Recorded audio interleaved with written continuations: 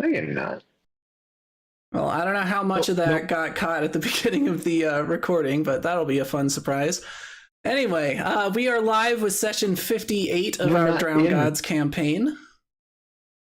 Hello? Surprise. Can you not hear me? Why is Abe just talking over me?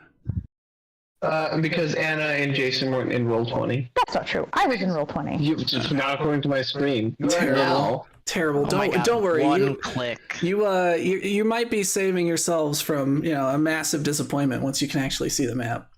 Anyway, so we are live with session 58 of our Drowned Gods campaign, and I would tell you to, as usual, reset your hero point pools to 1, but I had a little bit of free time, so I already did that for everyone. Also gave everyone a full night's rest, so we should be good to start things off. And do we have Akalupu notes, or should I say junior notes? That's a good question. Let me look. I think the answer is no, though. I have no clue what happened. Yeah, last game was the 17th, and this is mostly my fault. I have been busy. All right, well, not a lot happened in terms of actual movement. Lots of dice rolling, though. A good amount of murder. You guys did some fighting, and eventually, because the other enemies were starting to catch onto your location, the Stegosaurus that was causing a distraction wandered off, and the chieftain was starting to take pot shots at you. You guys decided to retreat back to the tower and regroup and plan your move. And so you made a plan to have Junior go out and kill while you guys were sniping from the tower. And then you were going to do that in the morning, and you settled down for the night when you were awoken by a group of cocoa biters with battering rams rushing toward the tower. All right, the ambush. Yes, and you were able to dispatch them without too much trouble. They got close to the tower, but you killed more of them before they were able to start using the battering rams, so the last few retreated. And you also killed a few more when they came to try and get the bodies of their brethren, because at this point there is quite the pile of dead bodies over here. So we'll pick up, like I said, gave everyone a night's rest, so we'll pick up that morning after defeating the attempted ambush. The rest of the night passed fairly uneventfully because of that interruption.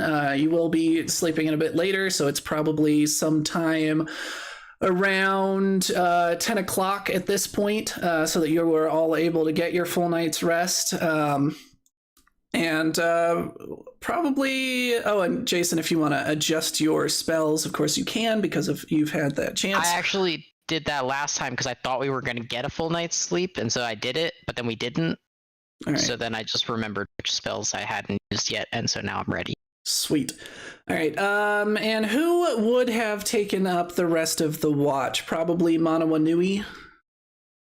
Probably. Yeah, right. It was still your turn. Let's get a perception check from you. Let me get my fancy schmancy dice. You got some of those woolly mammoth tusk dice? No, I'm not that wealthy, unfortunately. I got a 19. All right. I'm sorry, I got a 20. I was looking at my fortitude. Oh. I got a 20. All right, slightly not better. Not a 20, but a combined 20. Yeah.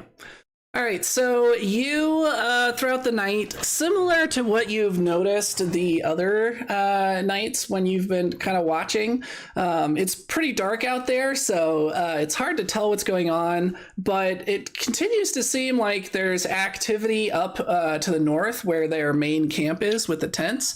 And when you guys, when the sun starts to rise and you can finally see again, you notice. Why don't you pan around the map? Look at the enemies that are camped around you. There seems to be a lot of enemies. If I Yeah, which I know it's been a while for you, but for your characters, this is like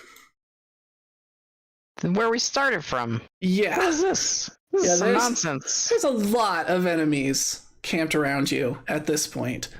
One thing you do notice with your perception roll, though, Manawanui, is that a lot of these new guys look a little bit goopy. Like kind of wetter and slimier than the ones you've murdered so far. They're dang zombies. You look around, you can see all the dead bodies, still very much dead. So do they look like they've been like cannibalized to like no. No, they look a little smaller than what you're used to. A lot of them are kind of like this guy here. Kind of just like bare shell, not a lot going on in terms of like ornamentation. A lot of them have, shells and other things that they've built up on their armor. A lot of these new guys, though, look pretty just vanilla and a little small and a little goopy. They're sending the babies in. If I must kill baby, I kill baby. All right, so you guys awaken at this point. How, compared to PPOP, who was usually the first riser, how is Ip? Oh, it's the same way. All right, early morn. So you're one of the first ones to join, like, as the sun is rising also. So you probably notice this along with Manawanui as the light starts to crest the hill. Gotta say my morning prayers. Yeah, and do your stretches. Of course, the stretches. Gotta remember the cop. Yeah, and then what else is there? You also have to meditate to center yourself. So many bonuses we love. Oh yeah. When we actually remember to apply them, because I keep forgetting. But +1 to athletics and +1 to will saves.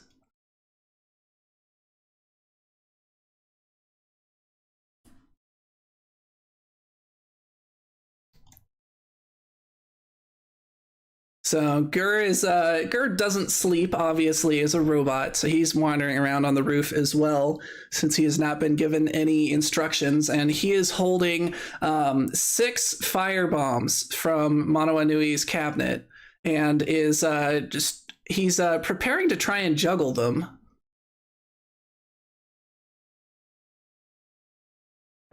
Hey, Manawanui, you wanna see a trick? I found these cool fire eggs. Please put those down very carefully unless you wish to meet fiery end. So Gur's gonna walk over to the edge like this and drops one off of the side. Hold on one second. Let me see something.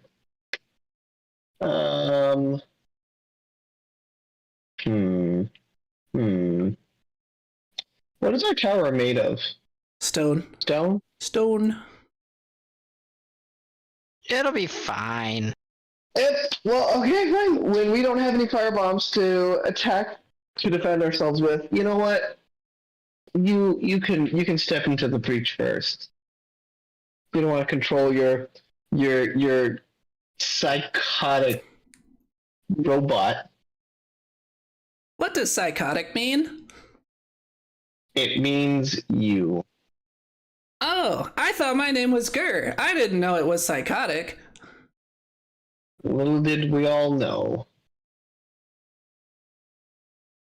Can I juggle these now? I'll put them down carefully afterward. If you juggle them, I will kill you.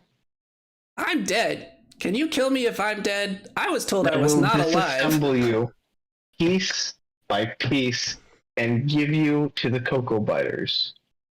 I don't care if we all die in the process.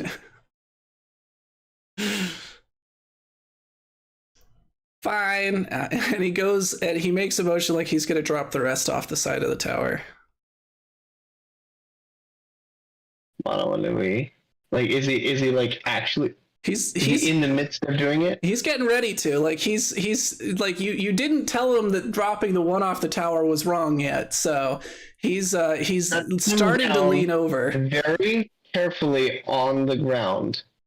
Yeah, the ground, and he throws another one off the side of the tower. See, the ground. Let me see something. Monoanui is going to cast Ray of Frost on Gur. I mean, if anything, that's going to make him drop all of them, but you can do that. I am.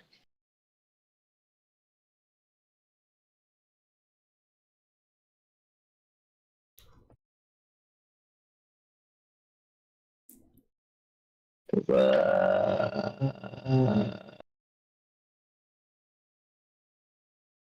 I guess the modifiers. Does a 28 hit? Yep, that hits.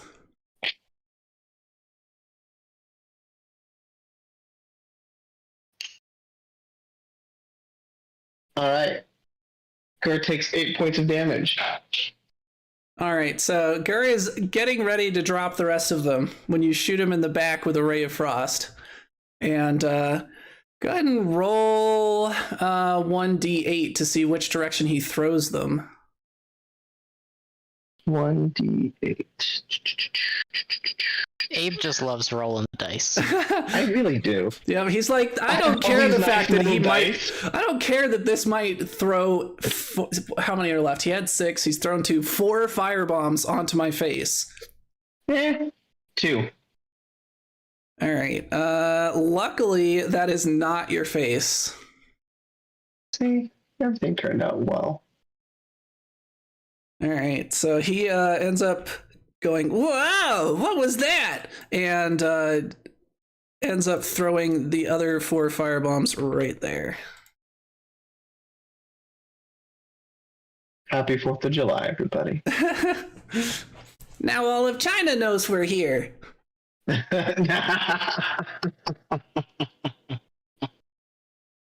That's funny. So at that point, that wakes up Burn Bright, who comes kind of like crawling out of his tent. It's like, what the heck are you guys like doing? You know, I wish I knew the answer to that. And Monoanui's gonna go downstairs to wake up Monoanui. Not Monoanui. Junior. She's gonna go wake herself up. It's just, one of those she's got issues. Bro, were they like trying to knock the tower down again? Why is the ground on fire?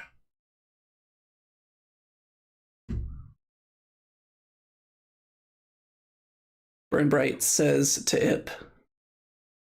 Oh, that would be your friend Gur. Yeah.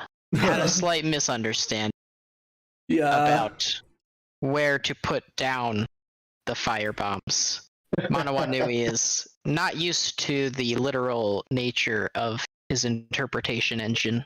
Yeah, I should have figured. Little scamp. Get over here, you knucklehead.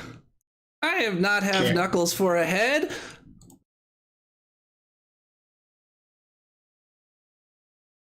All right, so Monoanui, you'd be down by the stairs where Junior sleeps. He has a tiny door that fit him when he was a child, but he can barely get through at this point, I would imagine. Monoanui's gonna walk loudly down the stairs, and then I assume the door's not closed because it can't. At this point, I think it closes if for no other reason than that, you want to lock him away so his stink doesn't get out. Monoanui's gonna loudly rap on the door. What is it? Just could you make sure that thing on the roof doesn't destroy any more of our house? Which thing? I don't know its name. The thing, you know, the firebomb. That thing. Are you talking about me? No, Akalupu, you're not a thing. We've been over this. You are a person. Wait, someone's throwing firebombs without me? Yes, and they're gonna throw them all off unless you go make sure that they don't. Hey, that's not fair. Alright, fine. Agalupu's gonna start shimmying his way out. Hold on, guys. I'm gonna be right back. I gotta get laundry. Okay. So, are you headed up to the roof then, Junior? Yes, do not bark. All right. So by the time you get up into Manawanui's room, Gur is down there, and he has another. This time it's a frost bomb in his mouth. Hey, little buddy. I don't think that's the best idea. The best place to carry that. So he kind of like spits it out into his hand. Are you sure? These look like eggs. Eggs are yummy. At least that's what I've been told. I can't taste. Trust me, I have made the same mistake. They're not eggs. You should probably put it back and only go get them if you're told to. Can I put it in my pocket? No. Manawan would be pretty upset, so I think we better put it back in the chest very carefully and then close the door. Okay. Carefully. So he does actually put it back in the chest. Can I ride on your shoulders? You're big. Sure. So, Gur's gonna jump up. He's heavier than he looks. Not that that matters to you. He's still a twig to you. But definitely much heavier than you would have expected just looking at him. And kind of pokey underneath the suit. Where's everybody else this morning? They're upstairs. Hey. They were saying that there's a lot of coconuts now. Oh, I mean, that doesn't surprise me. I think we go down and figure out breakfast first.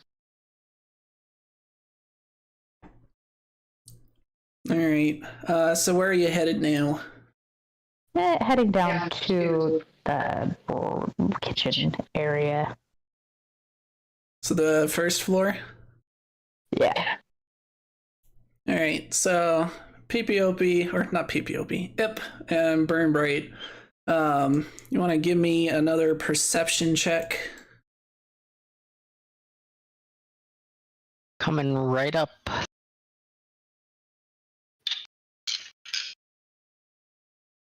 Nat 20.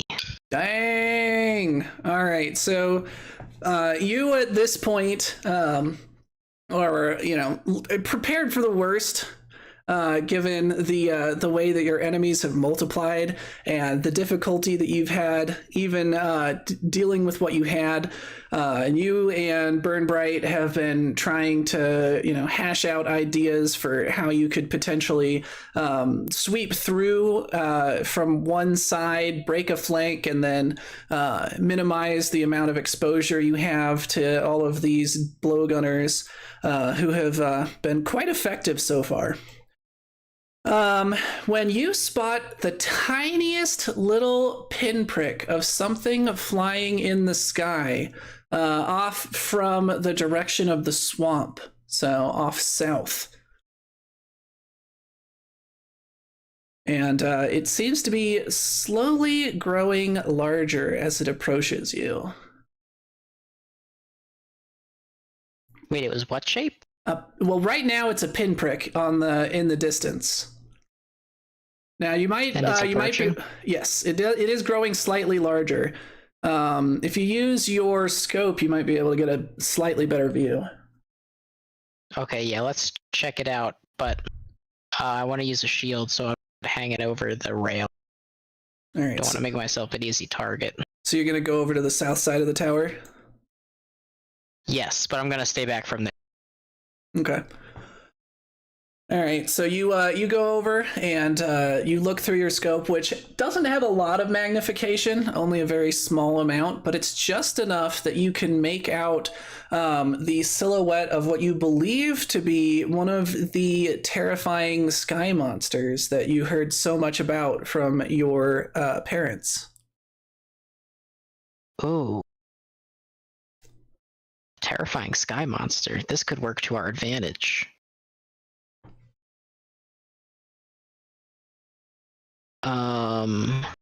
Burn bright. Yeah. Something's on the way over here. Take a look through this scope. So he looks and he's like, dude, how did you even see that? That's tiny. Your eyes are like laser focused or something. Thank the gods they gave me the wisdom to look in that direction. Yeah. That seems to be one of those pterodactyls. Yeah, I wonder if pterodactyls like coconut meat. We might be best served just hanging out inside for a while if it passes over. Yeah. Good thing none of us are flying. Yeah, can you imagine back in the day when those things were aggressive and would like kill you if you jumped over a ravine? So lame. Gosh. How horrid. Yeah, like nowadays they mostly just go after fish and stuff, which I guess was like normal before like all the weird stuff with like the spirit guy or whatever. Yeah, not the loop of spirit animal really. Really hecked up the whole island. All right, so at this point, the pterodactyl is actually close enough. You can make its figure out without actually having to use the scope. But then Burn Bright shifts the scope over slightly. It's like, dude, look, I think there's like more of them. Let me take a look. How many are we talking? All right, so you shift over, and you can see these are further back by a fairly considerable distance. Even through the scope, they are just dots. But you can see it's hard to tell for sure. Some of them are far enough away that it's like you're not sure if you're seeing something or not. But somewhere between 6 and 10. But the one that you saw first is definitely got a significant lead on them. Oh boy. We better sound the alarm. Try and come up with a game plan with the group here. That is quite a threat.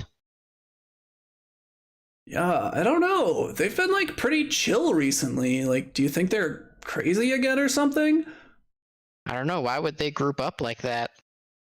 Yeah. They normally don't unless they're like traveling long distances. You know, they make those like V shapes so that they can like fly together or whatever. I think it has something to do with like going through the air easier. So do you think that they're maybe migrating? Maybe. Or maybe they just decided there were more fish like on the other side of the island. Maybe Manawanui's seen something like this before. Let's go talk to her. Yeah. All right, so Manawanui, where are you at this point? You were down in the second floor. Monowanui is on the third floor, looking through some notes and throwing things in a pot. All right, so Ip and Burn Bright will head down there and spot you. Manawanui, you will not believe this. There are some pterodactyls headed this way, and now when I say pterodactyls, I mean multiple, like 10 of them. Pterodactyls headed right here. Should we be concerned? Like headed straight for the tower? Straight for the tower. Yeah, like from the south. 100% beeline. We'll be here in a matter of minutes. I'm talking minutes, not even hours. Let me see if I can't think and see if they hostile to cocoa biters. If I'm trying to figure out if pterodactyls like eat cocoa biters and like want to kill them, would that be a nature roll? Knowledge, if you have something somewhat applicable. Nature would work otherwise. And no, it is not boneyard lore. You're like, hey, it's like things killing things. That's like death related. I'm wondering if they kill cocoa biters and create bones. Do cocoa biters even have bones? Maybe. I can roll boneyard lore to find out. All right, you can roll boneyard lore to find out if they have bones. I'll give you that. Okay. Let's see. 25. All right, you've dissected enough cocoa biters at this point that you're pretty familiar with their anatomy, and they seem to have. Obviously, they wear these coconut shells that you're not even sure where they get all these coconuts from, to be honest.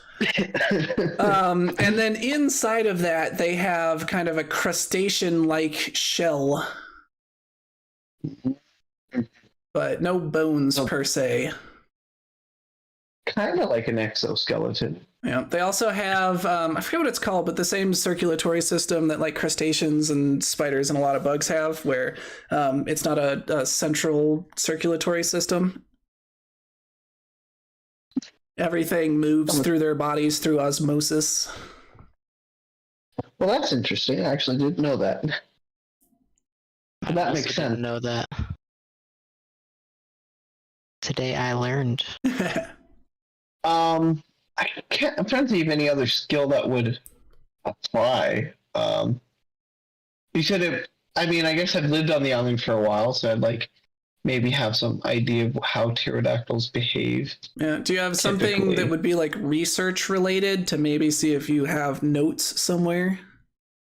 I have Arcana. I have. That's magic related. Let's see. Yeah, not really. So looks like just roll nature. Okay. Please, that is a 21. All right. You've seen pterodactyls eat the occasional cocoa biter, but they don't seem to be a preferred prey. They definitely prefer fish. That's generally the way they fish, is kind of pelican style. They glide over the ocean and kind of like open their mouth, and then their lower beak will like glide through the water until they catch something with their teeth and then snap shut. They don't also tend to like to eat humans. Is that also correct? Yes.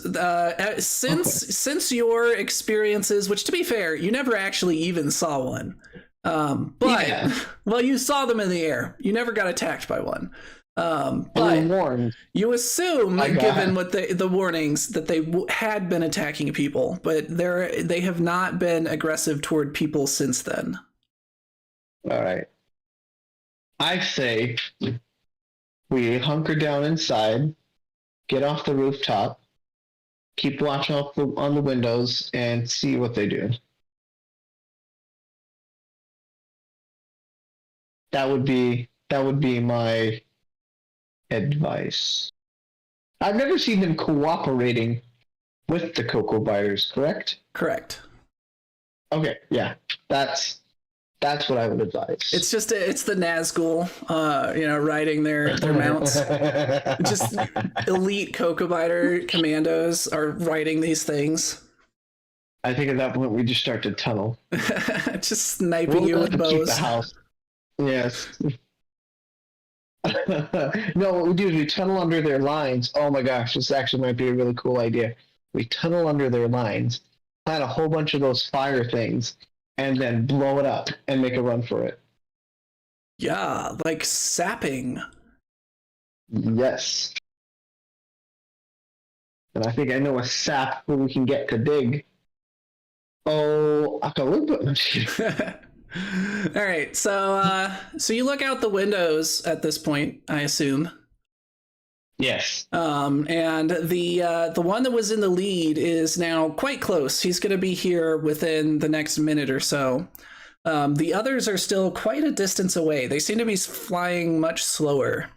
They're still like you can just barely make out a little bit of like wing shape to their outlines, but they're mostly just dots still. I'd advise you and Burnbright to maybe get your crossbow set up at these windows. Because that takes a while to get like set up, right? That takes some time. 6 seconds. Well, not even 6 seconds because it's one action, so I guess it would be 3 seconds. You might want to have your crossbows. Or no, 2 seconds. Anyway. You might want to take some seconds of the 60 that we have to get your crossbows out and ready. All right, even though I don't know if we can really hit something like that far away and moving that fast, but like, I guess in case it comes here. Yeah, that makes sense. All right, so Burnbright is going to set up in the window on this side. Is his name Epoipip? What? Epoipip. That's Jason's character. Correct. Or it. Well, he goes by it, but yeah. Epoipip. Yeah. Why don't you set up on the window across from your brother?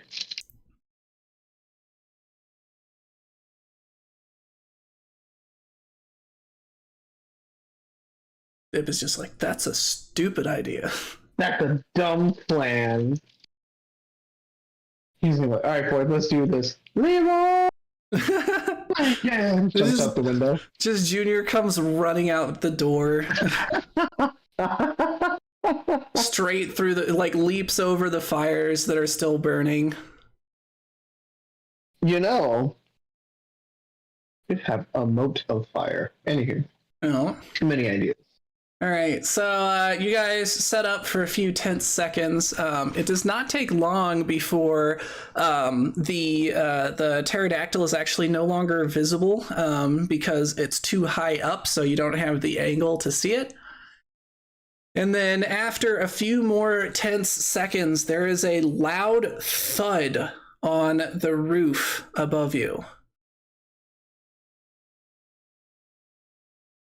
So, Junior, I imagine at this point you and Gur are done procuring the required provisions. Oh, yeah. And we kind of cook some stuff up, and, you know, we made plenty so that when people come and try to steal our food, they can have some. Yeah. Oh, this is an egg. This looks totally different from the ones I was trying to eat earlier. Little bit, dude, little bit.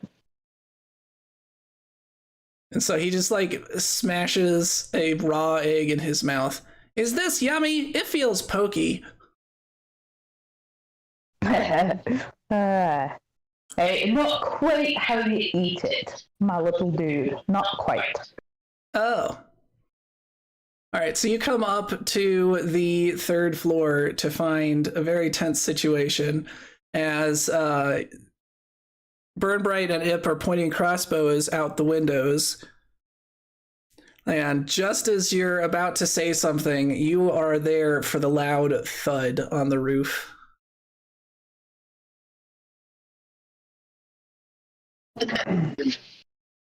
All right. Absolutely. I want you right behind me. If you hear any sort of screaming sounds of me being ripped from them, I want you to come up onto the roof and kill the dang pterodactyl. I'm going to go onto the roof and see what's up. Say, no. Do you want us to tie a rope around your ankle so we can retrieve your body? Or at least your foot? Yeah. Okay. I perish. And with that, I'm going to approach the trapdoor. Going to see if I can't like pop it open just a little bit to see what's up. All right, go ahead and give me a perception check. Oh no! All right. 2 poison darts to your eyeballs. Just want to end the rest of the game. 16. All right, so you look around and you don't really see much. Seems like nothing has changed. Do I see a pterodactyl? You definitely do not see a pterodactyl. That much you're confident of. Unless it's hiding like right behind the trapdoor. Which is possible. It is possible. Alright. Is that like around where I heard the thud come from? The thud was fairly central to the tower. Though it is hard to tell with all the stone. I'm going to finish opening the trapdoor, but not put my head out yet. All right, the trapdoor is open. So far, nothing is trying to take your head off. Well, that is a good sign. Yes. Now I'm going to put my head out and look around. All right, so you look around and you finally spot something out of place. There is a stone about the size of a grapefruit sitting on the tower. It's made a small, like not like a crater impact, but some chipped stone underneath it where it seems to have landed and then skidded for a number of feet. And it's definitely not a stone from the area around you. It's a darker kind of basalt that you have seen in the swamps. I'm gonna look up and make sure there's like to see if I see any other incoming projectiles. All right, you look up. You can see the pterodactyl that has turned around and is now flying back toward the group. All right, I'm gonna grab the stone. All right, so you reach out to grab the stone, and as soon as your fingers touch it, you die. No, I'm just kidding. You hear a voice, a rather familiar voice, and it says, "Y'all hold on, I'll be there soon. You gotta cut off the head of the crocagator. Just wait for when nature is turned against your attackers."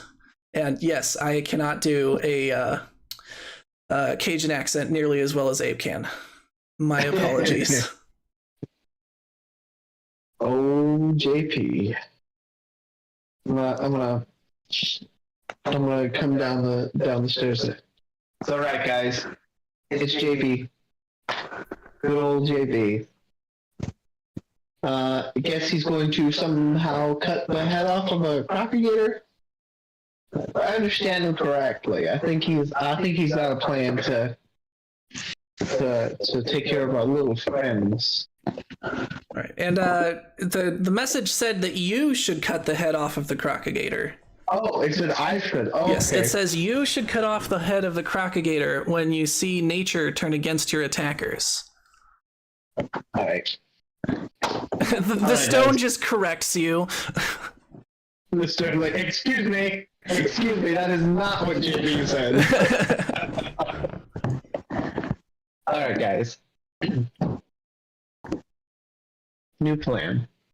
New plan. I know we had a new plan, but this is the third new plan. What's the third new plan? All right. So we're going to keep watch on the top of the tower. Uncle Luke Jr., you're going to wait down by the door until you hear a message from me. And that's, yeah, because I've got spell message, and I'll just cast it, and you'll be able to hear. And when I say go, we're all going to attack north towards the main Cocoa Biter camp. I mean, Akalupu could always just jump off the tower like a badass again. So, I got a quick question. So how lucky was that? Like of a roll? Like, was that like something that like could happen again. Oh, I yeah. don't remember the circumstances. He can? Yeah. Okay. It was not a crazy New roll. plan. Okay. I just want to make sure I'm not just like, alright, Akaluku, go get him. Alright, PPLP, go get him. Alright. New plan. We're all gonna hold up here on the roof. Keep a watchful eye on the surroundings. I have a feeling at some point animals and or birds and or trees or grass, nature in general, will rise up against our attackers.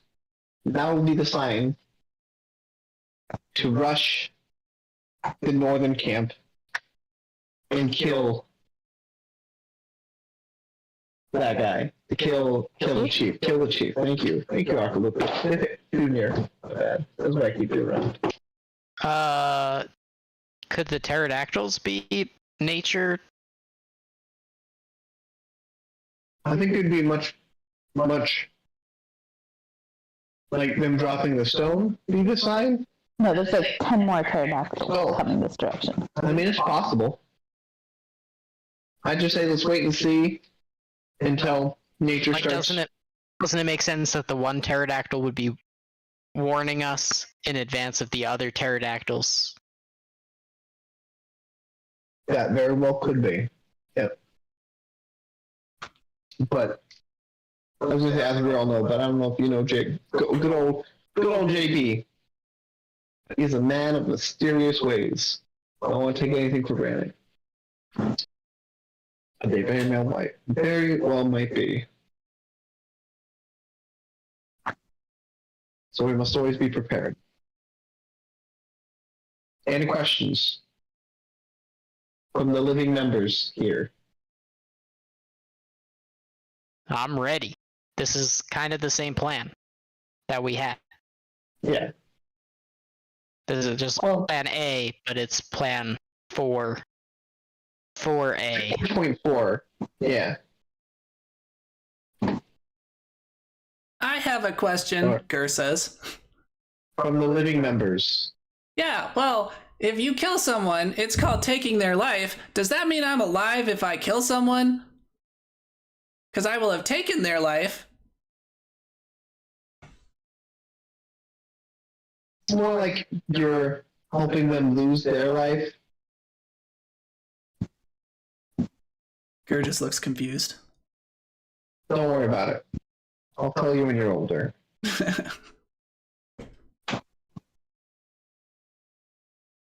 All right. Let's break. So I'm going to take watch over here. I think Akalupu, you should be up over here just for fast reaction time. And then remember, those are hanging out over the wall, so if he's going to jump off, he probably needs to be more right here. Oh, that is a good point. Junior, come here first. I gotta give you my buffs. My cleric buffs.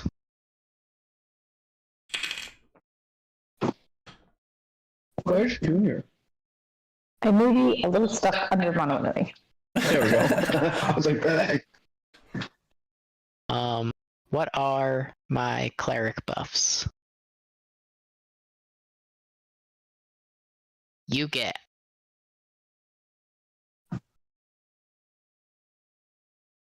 this one or the... No, this one I have to be within 30 feet of you. This one is the one.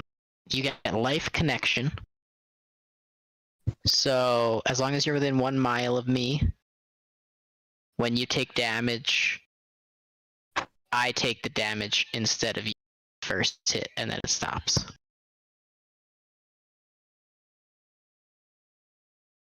Nice. But that's a fun one when you have to pull in the massive damage rules, and it's like, okay, you just took 1 hit for 300 damage.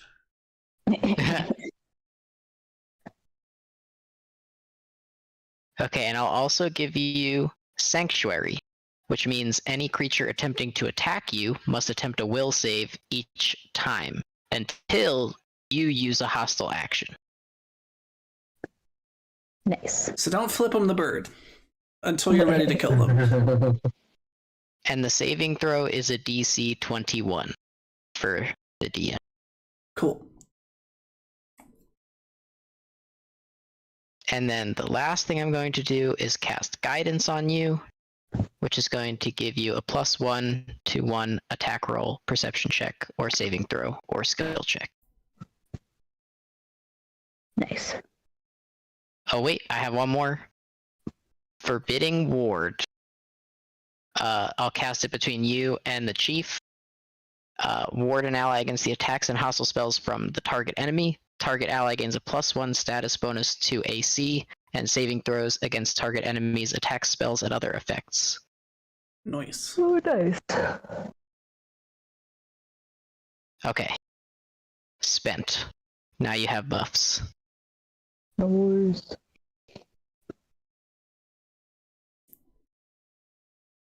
We brought flesh. Should we eat flesh while we wait? What? Flesh! And Gura's gonna wave a sausage at you. Flesh. Oh.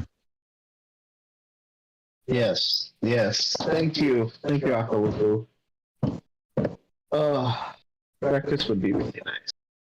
Akaluku's got some nice, mostly meat with a little bit of egg, like an occasional piece of potato, breakfast burritos for everybody. Gura is like pushing one into his face, but it's just squirting out the side of his head.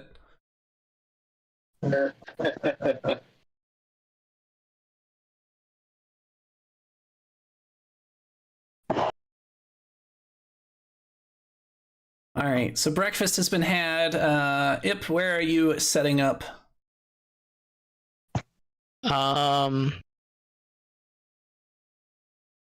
I guess, are there any windows that are like good access for a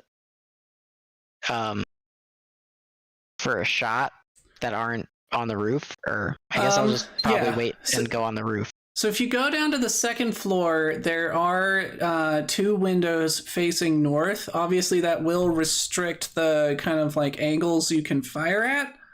But as long as you're only shooting north, it will give you a pretty decent view. Okay, let's do that. The window makes the most sense. Yeah, that'll give you great cover from shooting through the murder holes. Which is the actual technical term for those, by the way. Isn't that just lovely? I love that. Yep. All right, Burn Bright will join you down there. Akalupu, I assume you're setting up by the wall. All right, Reginald's gonna go fly off this way. What? Good old Reggie's not going nowhere. No, how Reggie has been stapled to my shoulder. Yeah, you have those little like it's like a leash thing that they use for falconry, where they keep the bird kind of mounted on their arm usually, but you just have yours on the shoulder. Yeah, I see no issues. All right. So you guys settle down after having had a nice hearty breakfast, but not too hearty. You don't want to get a stitch now. And you wait for probably about 20 to 30 minutes when no perception check required. You start to hear and feel a rumbling coming from the forests around you. And then bursting out of the forest is a veritable army of 6 or 7 stegosauruses and just so many cocobiters swarming across the ground. And they come rushing toward the cocobiter encampment from all angles.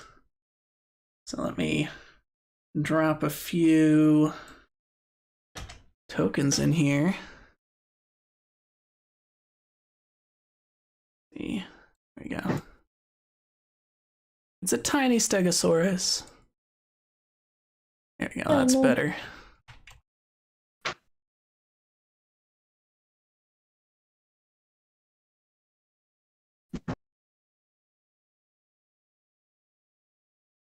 And they're coming largely from the sides and the south, so east, west, and south. North looks pretty clear.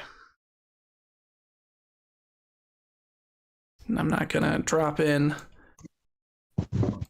a huge number of footbiters because it's gonna take a while, but let's drop in a few here.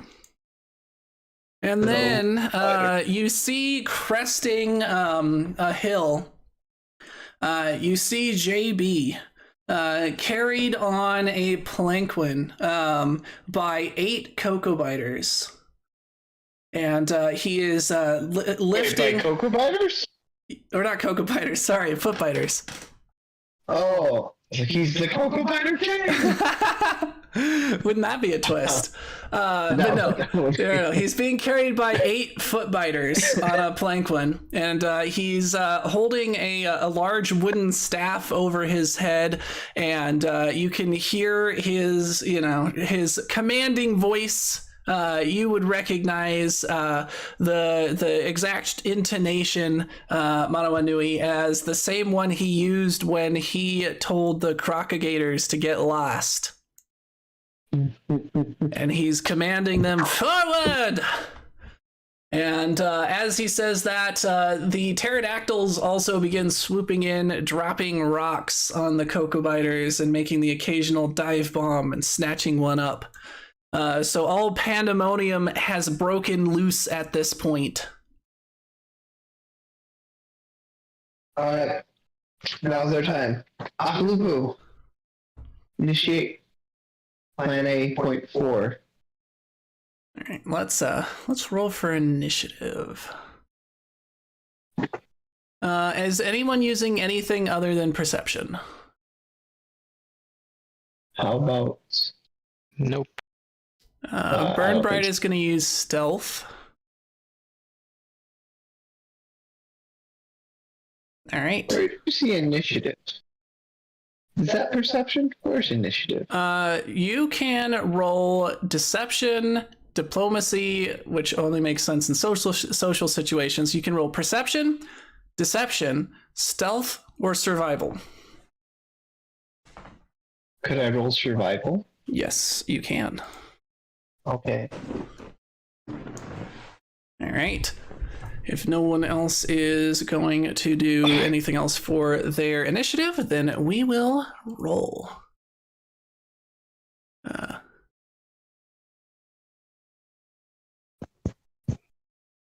right. So first up is the Cocoa Biter Chieftain. He is going to look around in dismay. As one does. Uses his free action to cry. Yes, he is at this point in shock and trying to figure out what to do as the jungles have turned against him. Siege of Saruman's Tower. I forget what that one's called. Orthanc? Yeah, Siege of Orthanc style, with the Ents rolling in, except this time it's dinosaurs. Now you just have to blow the dam. Release the river! All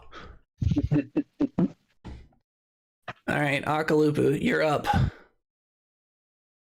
Okay, I forget what I need to do to roll, like all my rolls that I need to do to like... So you were going to need to use one action to jump, and then you need to do, what's the climb? I think that one's athletics. Let's see, athletics, climb, yes, and then roll athletics to try and catch yourself on the way down, so that you do not take damage from the 30-foot fall. Okay. Or at least minimize the damage. And remember, we get +1 to athletics. It's true. Good job remembering. Nice.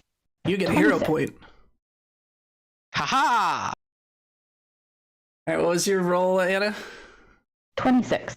All right. So at this point, you've already done it once. You've probably done this plenty of times, escaping from Manoa Nui's sight when she thinks that you're, still in the tower. And so you are able to descend easily. This time, you actually do not take any damage at all. So you have 2 actions left. Nice. Zoom in on myself so I can actually see. Alright, let's see. That's Chieftain. Yes, the Chieftain is the one with the kind of cream-colored background and the fancier helmet.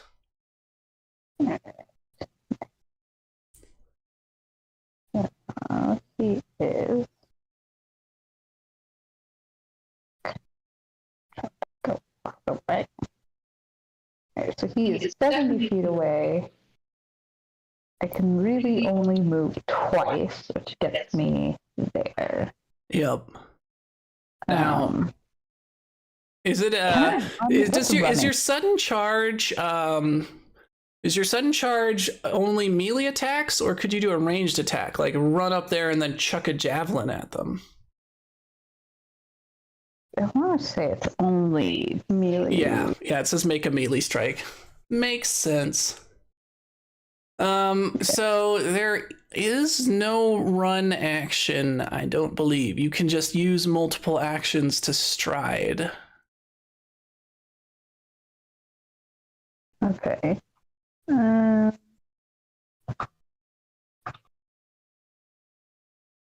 So I guess I'll just go.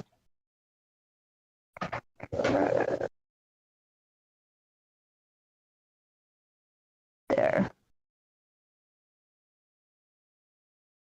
All right. And Gur is riding on your shoulders with you, so he's also there. Was it there or there? I think it was down right there.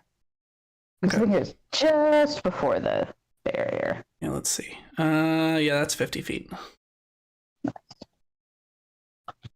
All right, so that is Akalupu's turn. Manawanui.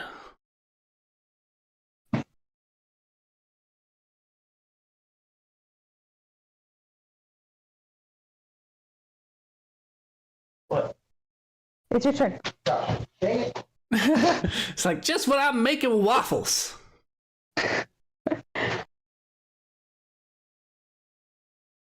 Manawanui is in a trance state and is currently trying to reconnect with reality. I've reconnected with reality. From my trans state. I'm just looking at me like, what do you want? What are you looking at me? What can I do? Okay, is it my turn? Yes. Is that what happened? Okay. Yes. All right. Do I have line of sight on the Cocoa Biter Chieftain? You do. Okay, well then I am going to cast Fireball. Ray of Frost. No, I'm kidding. Lightning Bolt, which is a basic reflex save. All right. What is the DC? 21. 21? All right, let's see. It's got a decent bonus. Yeah, he succeeds, so half damage. Okay. Let me. So 22, so 11. All right, 11 damage.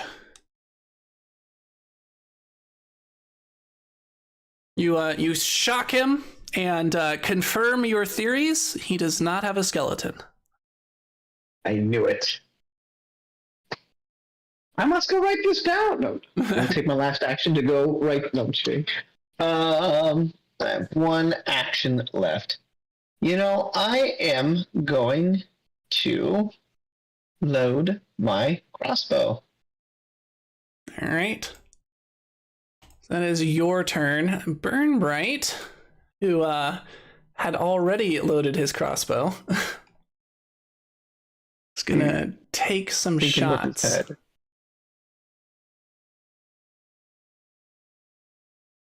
Didn't there used to be a roll all button? Yeah, there did. Yeah, I don't see it anymore. Well, anyway.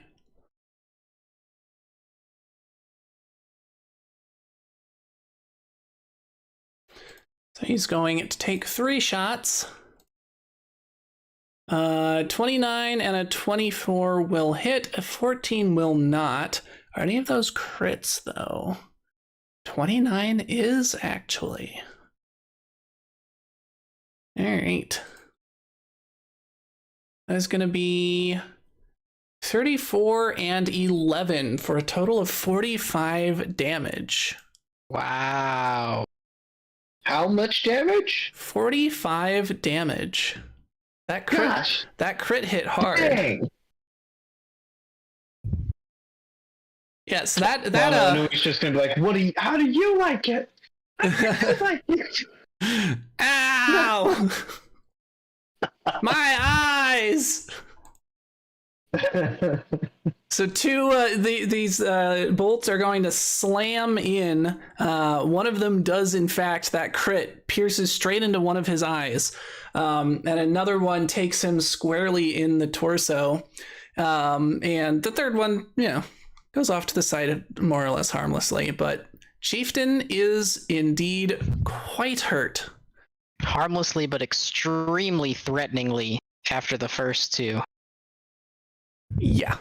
All right. So then Gurr is going to jump off of Akalupu's shoulders and run up to these two over here. And he's going to try to headbutt them. So he only gets one attack. 24, though, will kill a little hit. One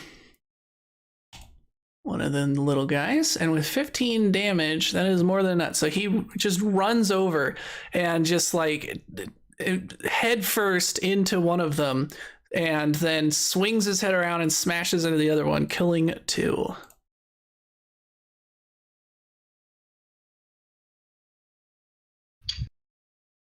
And then he's going to turn around to Akalupu and say, "These are less fun. I like it when their life paint is red."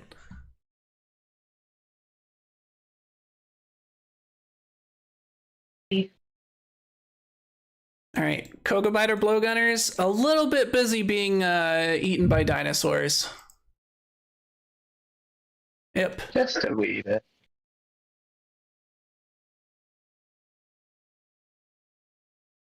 It is your turn, Ip. Okie doke.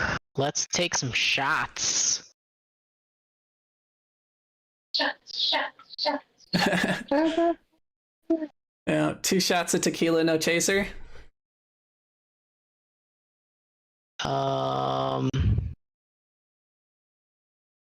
There's a situational dark vision scope apply perception bonus. What does that mean? It's something we got from our scopes. Let's see. Does the scope modification say anything?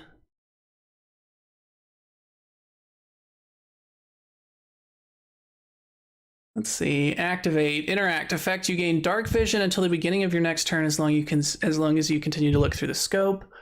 Oh yeah, I forgot. We actually have to activate them for one action. That's fine. Okay, here it is. The scope grants you a +1 item bonus to perception checks involving sight in areas of dim light visible through the scope, as well as in areas of darkness if the scope has been activated. So unfortunately, not dim light at this point in the day. It's getting to be about noon. And it wouldn't do anything for my attack. It would just be for perception rolls. No, it would give you a... Yeah, I think that's right, actually.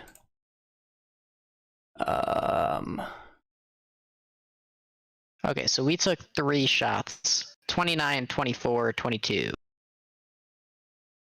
All right, let's see. I think those are all hits. Yep, all 3 hit. 29 is a crit. Let's go. 24 plus 15 plus 13 is 52. That's a lot of damage. All right, so now you hear, as Manawanui is continuing to shout, "How do you like it?" The only response is, "Ah, my other eye!" Followed by dying noises, because he's very dead. Yes. Got him. Sucks to suck. All right. And then the other two Cocobiters are going to run over and try to stab Gur.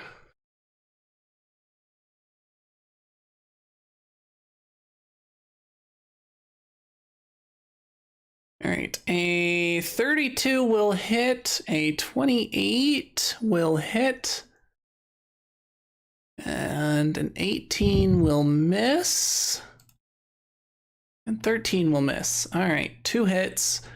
32 is a crit, unfortunately. Oh no. Oh, the crit only did 8 damage. Huh. All right, 8 and 3 for a grand total of 11 damage to Gur.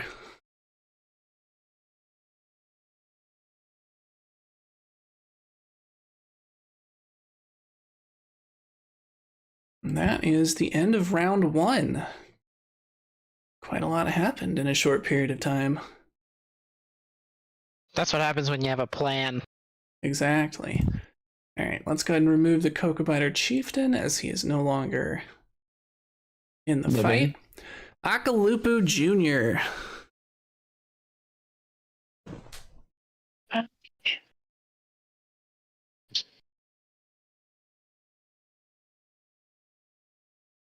I guess I might as well do 7 charged. You're muted, Anna. See, that was the dying noises that the chieftain did earlier. Yeah. It's actually getting bad enough. Hadassah has started making groaning noises whenever she gets up off the floor. It's not really that's how it feels. Yup. It's like everyone else does it. It must be cool. Right? Oh my gosh, we were taking laundry down the hallway, and she was carrying my phone, and I was carrying the basket, and she was waddling because I was waddling with the basket because I'm pregnant. I was like, yeah, just walk normal. Goof. So cute. Alright, I'm gonna attack those guys. All right. Let's get a roll.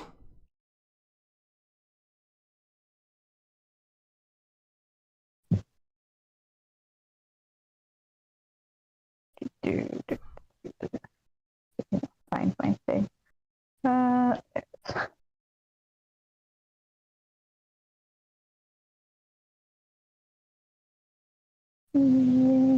Load. All right.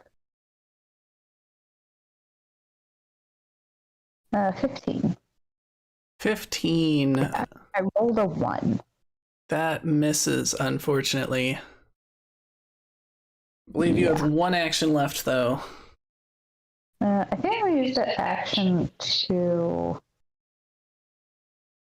You have a hero point as well. It's true. You could re-roll that 1. The use of it. I am going to... You know what? I'm just going to do it. I'm going to use it to rage. I get so mad at missing. I'm just like... All right.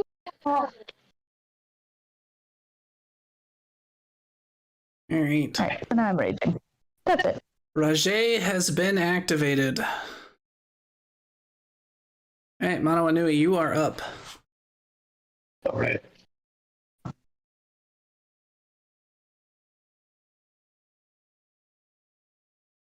Oh, dang. Oh, and Anna, you should start keeping track of how many enemies you kill. Ooh. Oh, dang. I didn't think this through.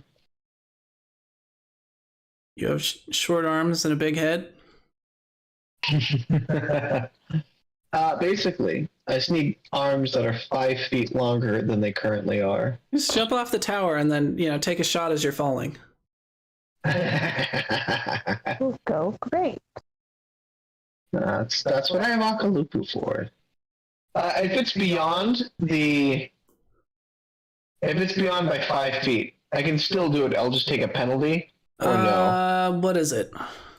It's a crossbow.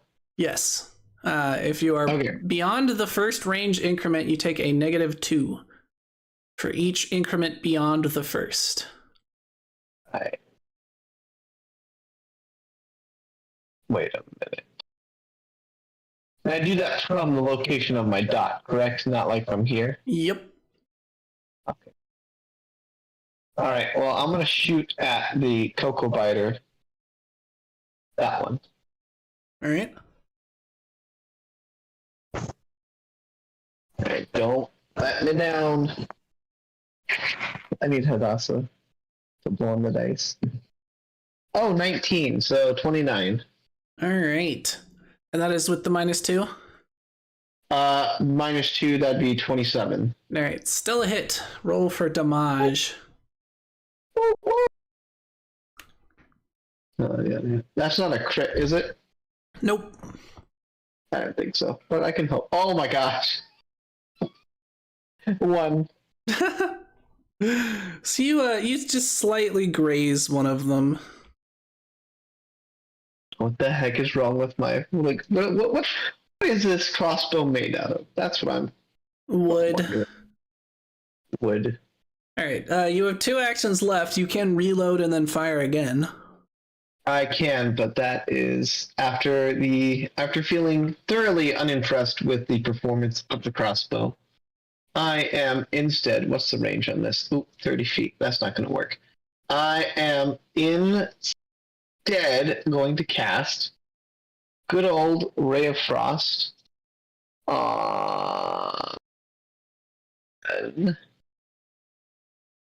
going to go with the same guy. All right. That sneaky little meek. Right.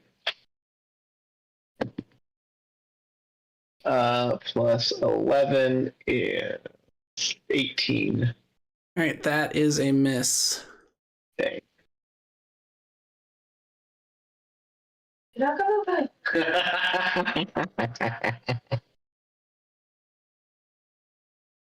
All right, so that is the end of your turn. So that brings back Burnbright. So he's going to instruct Gur. He's actually going to use...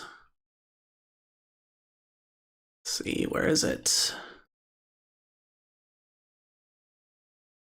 Is it under special abilities? Yes, overdrive. So he is going to spend an action instructing Gur, and he is going to empower his attacks. Increases additional damage by 1. Let's see. First I have to roll a malfunction. Chance 15, so he's fine.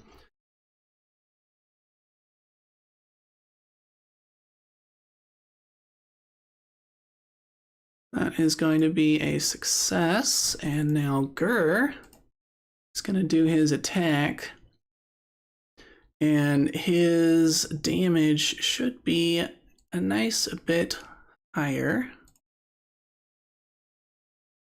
He's going to go in for a headbutt. 23, that is a hit for 34 damage. So he must be a little bit annoyed because the one that got a crit on him, damaged his skin suit a little bit. And so he just goes over and absolutely turns these two into paste. All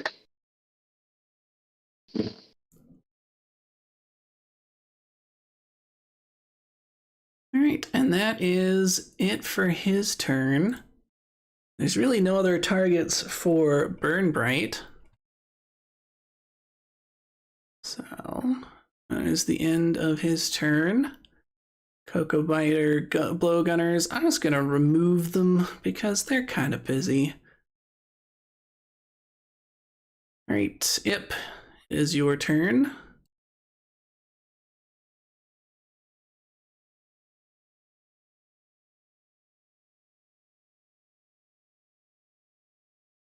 You there, Jason? Oh, I'm talking to mute. How many actions does it take to get to the roof? You're on the second floor. The trapdoor, I think, is on this corner. It's too tight quarters for you to be in horse form while you're in there, so your move is going to be 30 feet. 2 actions to get to there. Okay, cool. I will, I guess, do that, and then ready an action to shoot any cocoa biters that cross this box. All right. Like, come at Gur. So is your action crossing the box or threatening Gur? Like, what's the trigger? Oh, the trigger is... yeah, crossing in front of the box. All right. So that is the end of your turn. So, you guys are looking around. The battle is waging around you. The dinosaurs are clearly winning, but a bit slowly. They don't seem to be the most well organized. But if anything, you should be impressed that they are as organized as they are, considering, you know, they're dinosaurs.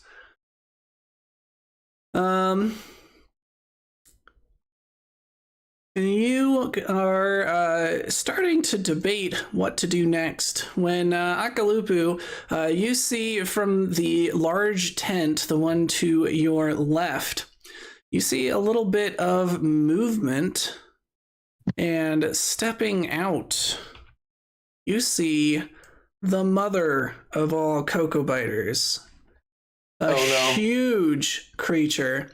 Many times larger than the others that you've seen so far, wearing an even fancier mask than the chieftain. And it has some sort of like wriggling jelly things in pouches in front of it. They look almost like grubs.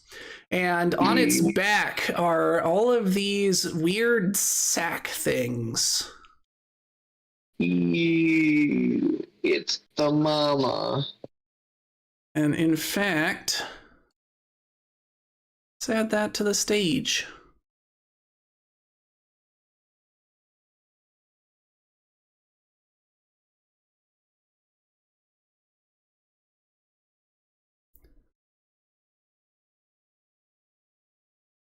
All right, Akalupu, it is your turn.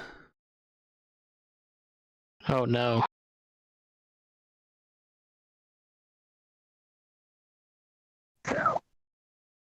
Alright. Oh. Akalupu is going to probably regret this, but it's kind of enraged right now and not really thinking. So Akalupu is just gonna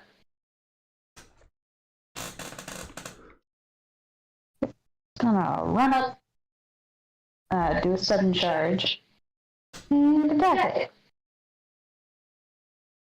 All right. Let's get that roll.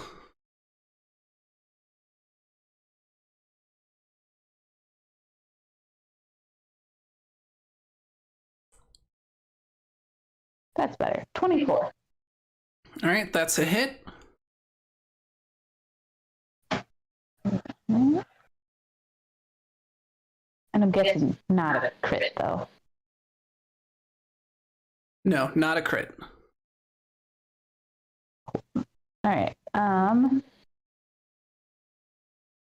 what's the things that Jason did? I didn't write them down. If it tries to hit you, it has to do a will save. But you're doing an aggressive action, so that one's out the window. And the other one was specific to the chieftain who's dead. Okay. Have you taken damage yet? To your HP? No. The first damage that you take to your HP, I will take for you instead in full. Well, I hope this doesn't kill you when this person does attack me. Okay, I did 18 damage, 4 of which is cold damage, if that matters, and then 1 of which is bleed. Breakdown. All right, so 1 persistent bleed. I need to remember that. I'll make an entry. And then 18 damage. Yeah, I wish I had a breakdown because the thing is, it does 1d6 of bleed. So I can't really see how much bleed it's particularly doing. I think it would tell you. Let's see.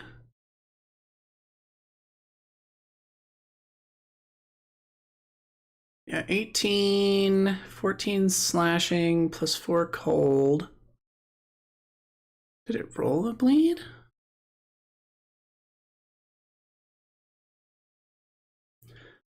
Do you have it set to bludgeoning or slashing right now? The Makhwathel.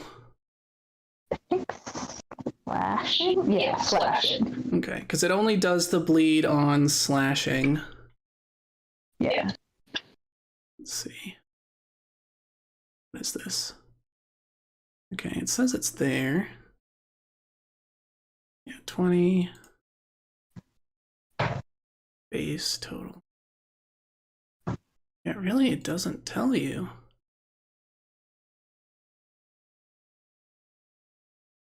Yeah. Let's see, because I rolled 2 5s, and then 4 slashing, and 4 cold. So it's not adding any bleed. Yeah, weird. Like, oh, maybe you have to roll that separately, because it says it's an effect. Okay. So I will roll 1d6. Alright, that's a little better. 5 bleed. There we go.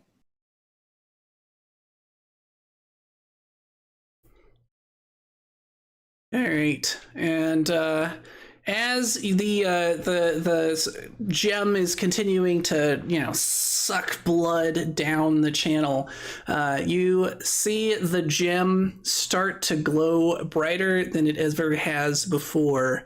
And in your enraged state, you feel a primal connection to it, and you now have the effects of True Strike on your next hit. Good. Nice. What does that do? Good. I'm looking it up because I remember what it did in previous versions. I'm trying to see if it's the same. Roll the attack twice and use the better result. The attack ignores circumstance penalties to the attack roll and any flat checks required due to the target being concealed or hidden. In first edition, it just gave you a plus 20, which I'm like, that seems broken in second edition, where you crit on hitting 10 over their AC. Right. Yeah, that seems unfair. Guaranteed crit. Yeah, so it makes sense that they changed that to be roll twice, take the better. 18.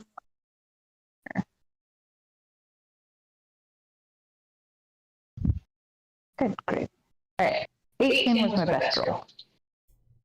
All right. Unfortunately, that is not a hit. Do you not have a hero point? Do you have any did any of Ip's bonuses give attack to hit bonuses? There was 1 + 1 to an attack roll. If we haven't cashed that in yet, we could use that from guidance, but it's just a +1. I feel like it'd almost be better to use, because if I use a hero point, I can reroll both rolls, right? Yeah. Okay. I feel like that would be the best option. Yeah. So I think use guidance my- was just your next attack anyway. Yeah, it was supposed to be just the next one. Yeah, so you used that earlier, missing the Cocoa Biters. Oh no, that's not true.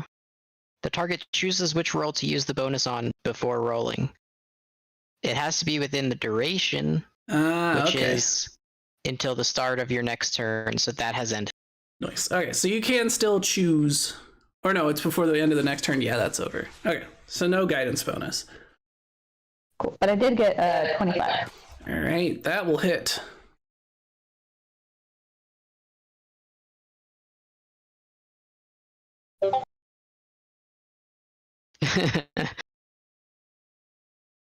And then I do 31 damage plus. Dang. That's a roll. Great. All right, so +6 to the amount of bleed it's taking. Let's And go. how much damage? 31? Yep, 31. All right. It looks like I forgot to do the damage from your last hit. Do you remember what it was? 18, I think? That sounds right. All right. All right, so a total of 49 damage. Definitely doing some work.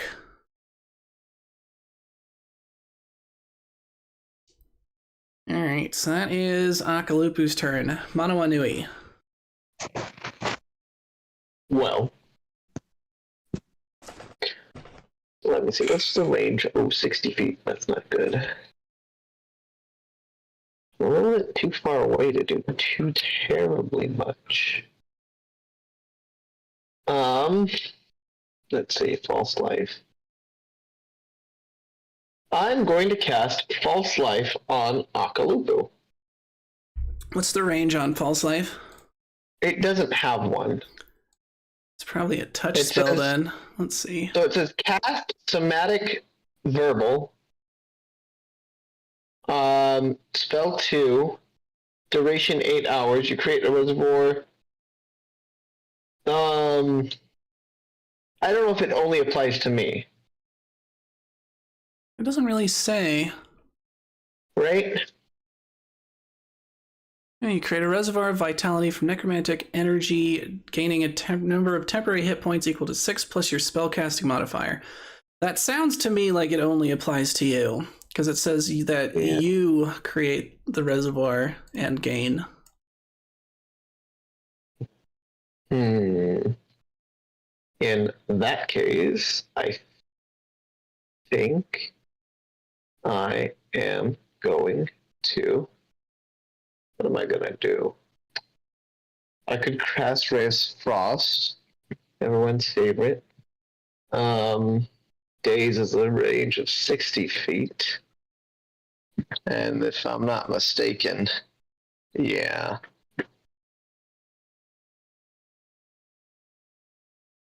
See, I should have just done Lightning Bolt twice. Just prepared it twice is what I mean. But we're going to do Ray of Frost. Because Mono Anui's not quite sure what else she can do. Quick question. What would I have to roll to try and jump off the tower? Athletics. Athletics? Yep. What would I have to get? I'm not going to tell you that. Well, what did Akalupu roll? Like a 26, I think. Oh, I don't feel confident about that.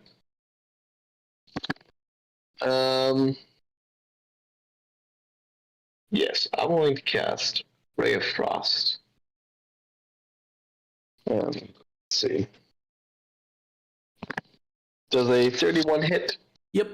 Oh, And- that's a nat 20. And that's a crit, either way. Woo! Ray of Frost. Ray of Frost. I want to do like 5 damage now. I mean, it is a cantrip. 26. That's cool.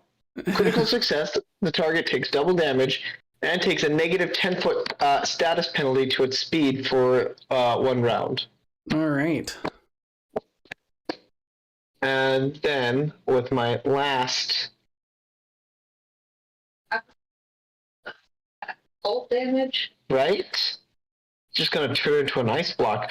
I'm gonna reload my crossbow because why not? Alrighty. Unless, yeah. Well, as a quick it's risky. So I don't know if I want to do it. You know what, JK, instead of reloading my crossbow, I'm going to transfer a spell to Reginald, and that's the end of my turn. Alright, sounds good. What are you transferring? I'm transferring Vampiric Touch. Because it does 6d6 damage, and I'm like, that's pretty cool, but, I gotta touch you. Also, Reginald has to survive, so we'll see. Yeah. Alright, so Burnbright took 3 shots earlier. So he has 2 shots he can still make this round in the 5 bolt clip. So a 30 and a 24 will hit for, wow, that's terrible. 8 damage, okay, that's better, and 20 damage. So 28 damage, and he is going to reload. Let's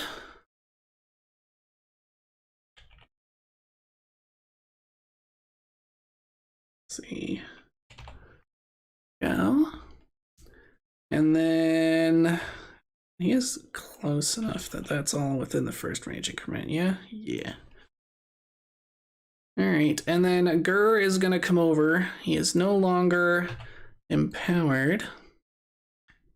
It's going to scooch everyone down a bit because you're a little off screen. There we go, that's better. Alright, Gur is going to come over and he's going to try a headbutt. Oh, let's see. Turn empowered off.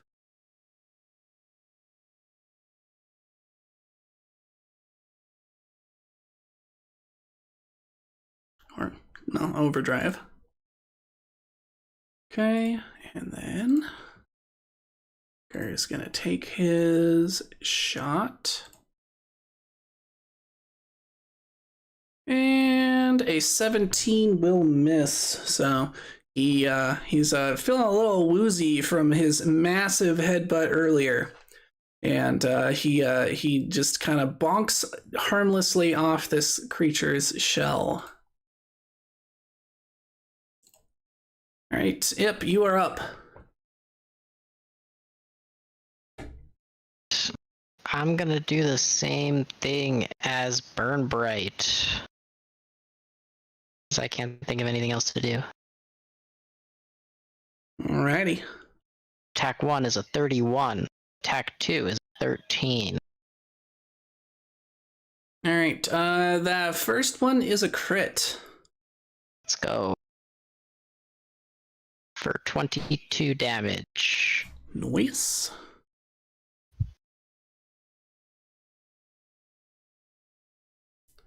And then final action, reload. Correct. Sweet. Alright. Well, you've definitely done some damage to the Cocoa Biter Matriarch here in this first round, but it is now its turn. So, with its first action, it is going to grab one of the grubs out of its front pouches and just shove it into its mouth. And it looks a bit more peppy after it does that. Let me just roll a die.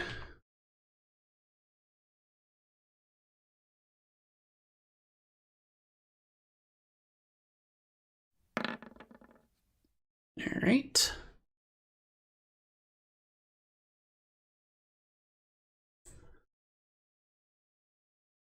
And in addition to that, the bulbous sacs on its back begin to wriggle. And one of them splits open. And this pops out.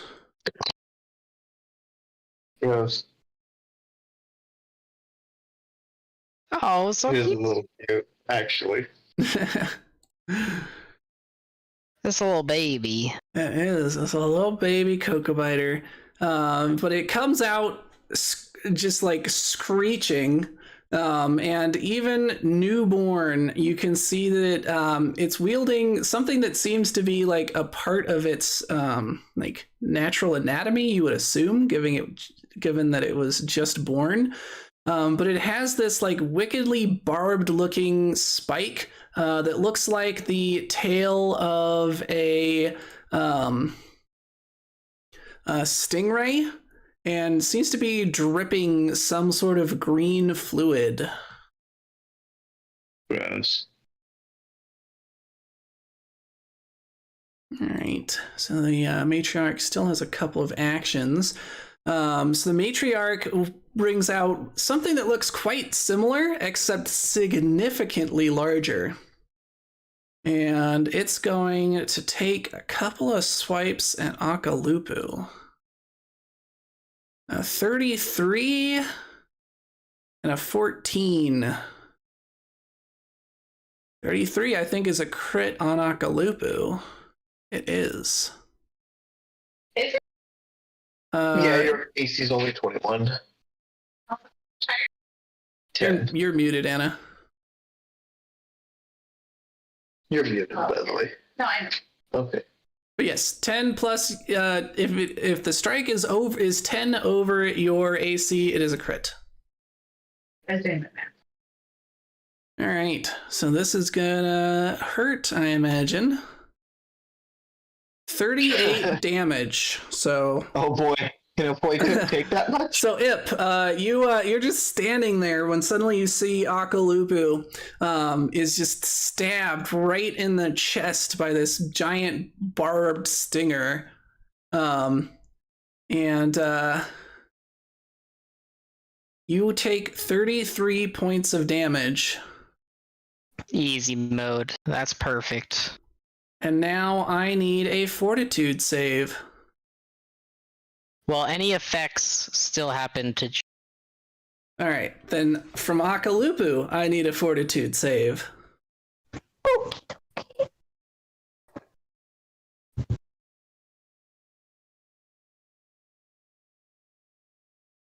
Uh, 21. All right, you fail. Well. Do you have a hero point? Failure.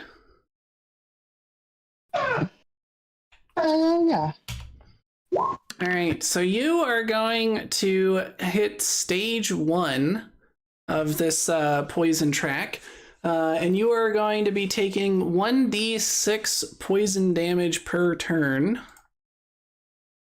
So rolled a 2, so that's 2 damage. That will come up again on your turn. But you take Take 2 damage now, and then every time it's your turn. Speaking of which, there's 11 bleed damage, so let me put that on the matriarch.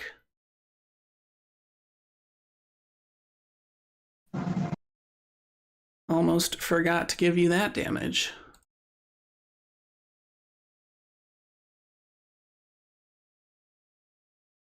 All right, so that is the Cocobiter Matriarch's turn. Meanwhile, this little guy, this little scamp, is going to run over, screaming, and start trying to stab Gur in the face.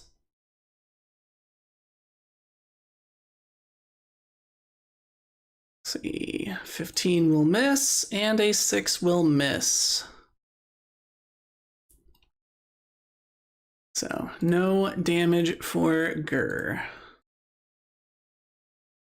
We are now on to round 4, 3, something like that. Akalupu. Oh, 4. It tells me. Nice. Thank you, Hero Lab. Right. Akalupu is going to attack.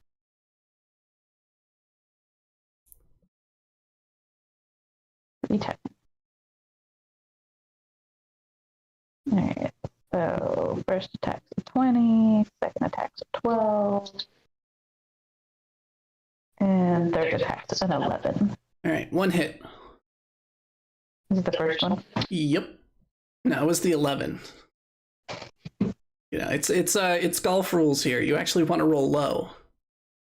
Alright, 30 damage plus 4 bleed. Right. Definitely a solid hit, and bleed is now up to 15. And then Akalupu, you take the 2 damage from being poisoned. Go ahead and give me a fortitude save to see if you are able to go back down the poison track. So I feel like that would actually be a really cool combat system if, like, rather than higher was better, it was like each number was just like a slot. And so if you had armor that like covered you from slots 1 to 10, it was like it would be really good against low level weapons. But like if you had armor that covered you from like 30 to 40, then it could like be good against laser class weapons, you know? Yeah, that would be kind of neat. I've seen systems where like you roll to see where like a body part that you hit, and then you take separate armor into account, like if it hits the head and you don't have a helmet versus do have a helmet, but not quite like that. Yeah, I don't have it fully fleshed out. Just hit me. Sounds like it would be interesting. Yeah. 16. 16. Nope. You are still poisoned. Yeah, well, considering I rolled a 4, I kind of figured. Baby, you need to use your dice. All right, Mano Anui. Alright, Mano Anui. What is Mano Anui? What is Mano Anui going to do? What even is Mano Anui? What is a Mano Anui? And now we see starts the on a Mano stormy Anui day. in its natural habitat. Casting Ray of Frost over and over again. Now, it is what quite this? unusual to see a Mano Anui in the wild like this, not full of arrows. Especially, oh come on, please load. Do I have to reload the page? Maybe. Sorry, my thing's being silly. Alright. Now, did you want Reginald to have used his 2 actions to fly toward the matriarch? Oh yes, if that is okay. Yeah, he would have done that Yes. last round. What's his speed? Let me tell you. Its speed is 25 feet. All right, so he can get to there. Oh, why did I do that? I hit back on the wrong tab. I just exited it on the dang map. All right. So, oof. You know, dang. 'Cause I take the damage Reginald takes, right? He doesn't. Is that correct? Only if Reginald is to the point that it would kill him. So if a hit would kill Reginald, you take the damage instead. Okay, so I'm going to cast False Life upon myself. Ability bonus. So 18 plus 4? Is that correct? Sounds right. Okay, so that's 22. Ability bonus plus 4 until. Okay. So 20. Is that? I don't. Hold on. I think. Let's see, I'm so gonna- it's 6 plus your spellcasting ability modifier. Which my intelligence is 18. Yeah. Is it a bonus Okay. of 18 though? Because it's going to be the modifier. Oh, like a plus? Yeah, because it's definitely Plus not going to be a 4. plus 18. All right, so 10 health. You guys don't max your guys out to plus 18 to be talking about. Okay, 10 additional health. And then I am going to shoot the crossbow at. Whoa, no, we're not flying over there. At this thing, which is 70. So minus 2. Yep. Alright. Oh. Hey, can you guys still hear me? Yep. There we go. Okay. I hit a button. Sure. Ooh, I don't think that's going to hit. Does a 13 hit. Nope. So 11. I didn't think so. All right. I rolled a freaking 3. All right, and then Reginald is going to use one action to get within touching distance. Or, let's see. We'll have him like right. Oh, I'll move him back too far because he was 25 feet away. All right, I'm going to move him right here, and we're going to have him cast Vampiric Touch on the mama. All right. Is that a fortitude save? I think it is. And does it have an attack involved? Yeah, it looks like you have to land an attack. How would I just say he lands and attacks? No, you would roll an attack. Okay, that'd just be like you don't have. You don't. Yeah, it looks like I guess you don't have to roll an attack. Blah blah blah. Temporary hit points. Yeah, it looks like there actually is no attack. All right, so just a fortitude save. A little weird that you just like get to touch them for free, but that works. All right, fortitude save, DC 21. correct. Has a pretty high fortitude, so you would have to roll a 2 or worse, which it does not. So it is a success. So it takes half damage. So half of 23. It's like rounding up or probably rounding down. Yeah, always round down. Okay, so 11. It takes 11 damage. All right. And I gain 11 health. I think Reginald gains 11 health. No, I'm not actually sure on that, so you can give it to yourself, but I think you're at full health, so I don't think it does anything. Okay. Or is it not temporary hit points? Hey, let me see. Your touch leeches the lifeblood out of your target and to empower temporary hit points. Empower yourself. So oh, sweet. Okay. You have an extra 10 temporary hit points for 1 minute. Plus an 11. Yep. Cool. All right. I can be shot now, folks. That's not an invitation. That's not an invitation. I am jumping off this tower. All right. So Burn Bright reloaded last round, so he gets his full 3 shots this time.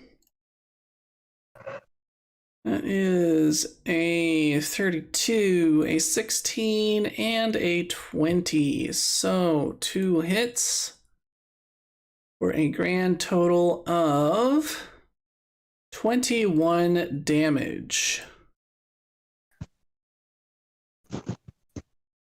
Not too shabby. Yeah, you're working through that thing's health.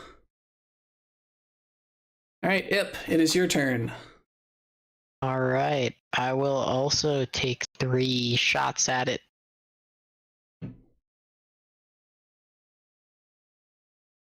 One. Nat 20. 2. 3. 2 is 18 and 3 was crit fail. All right. So one hit. One crit fail and 1 18. Yeah. So only the crit lands. Oh, terrible. Only 10 damage. Oof. Including the crit? Yes. Yep, I rolled a 5 on my 2d10. Oh my goodness. That takes talent. Yeah.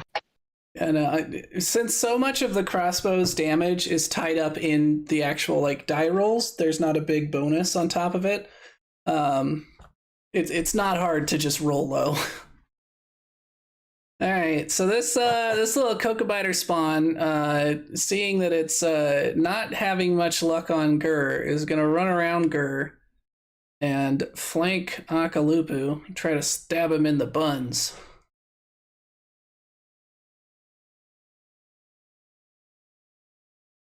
Good thing that's where I wear my demon mask.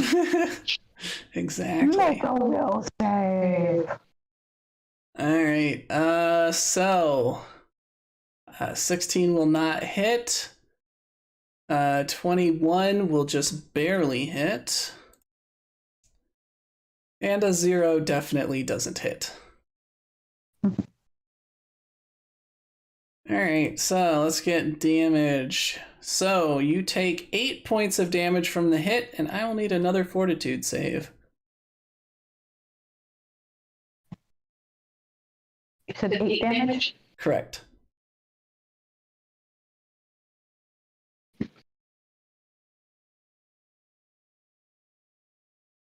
Alright, come on, Akalubu. It's got a very high fortitude. Let's put it to you.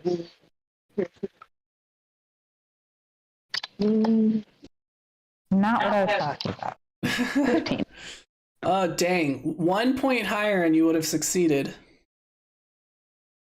I rolled 3. Is there not, Three. dude, I'm gonna grab you your physical dice, okay, so we don't have to problem next time. No, because it was too much work. I'm gonna have to do that. Let's roll it on the couch. Alright, Akalupu, you now And then I have... have to do math. It's true, though. Alright, so you now have a second kind of poison. This one is doing 3 persistent damage. So go ahead and give yourself 5 damage, the 3 from this one and the 2 from the other poison that's affecting you. And you are now flat-footed for this round.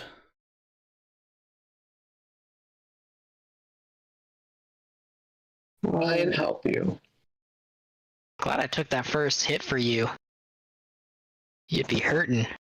I don't think Akalupu's even through their rhombus.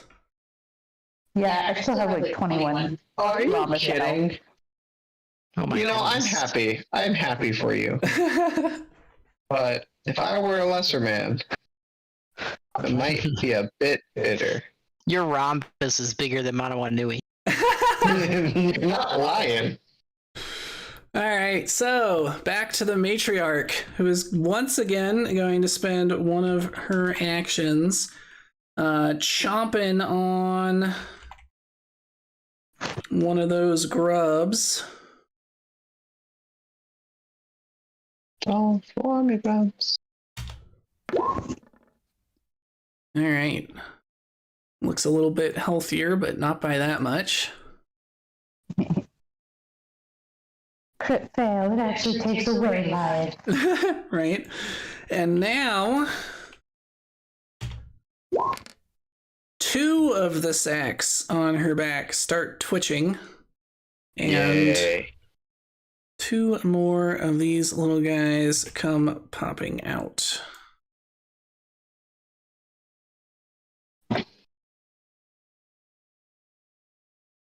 All right. That is it for... They look like little Ewoks, kinda. Kinda. Don't they? I almost forgot to actually have the matriarch also do her attacks. All right. He doesn't need to. 30 will hit, but is not a crit. 24 will hit, and a 17 will miss. So 2 hits for a grand total of 33 damage. Now you're past rhombus health.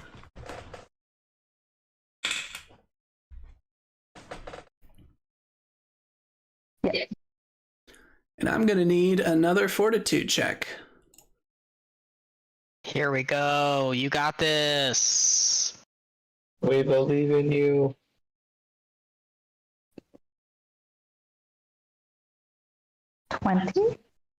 Unfortunately, this poison is more virile than the one from the young ones. That is not a success. So I have you... not rolled over a 10. Baby, I brought you the dice. I brought you the dice. You can lead a horse to water. With superstitions. Yeah. Hey, look! If there's a glitch in the Oops, that's not supposed to be a 1d16. That's supposed to be a 1d6. All right. So you now have another 3 on this poison, bringing it to a 5 on the matriarch poison and 3 on the Beba poison. Do I take that extra 3 damage now? Yes, you take that 3 damage now, and then it will come up again on your turn. And you are now at stage 2. So I need you to add Clumsy 1 and Enfeebled 1 as statuses. How do I do that? Go to the little wrench guy, and then would it be conditions or afflictions? Yeah, it would be under conditions. So here, I'll add them for you. Clumsy and Enfeebled. Both at 1. So, Clumsy 1. You take a status penalty equal to the condition value to dexterity-based checks and DCs, including AC, reflex saves, ranged attack rolls, and skill checks using acrobatics and thievery, so don't try to pick its pocket right now. And Enfeebled, you take status penalty equal to the condition value to strength-based rolls and DCs, including strength-based melee attack rolls, strength-based damage rolls, and athletic checks. So, not good stuff.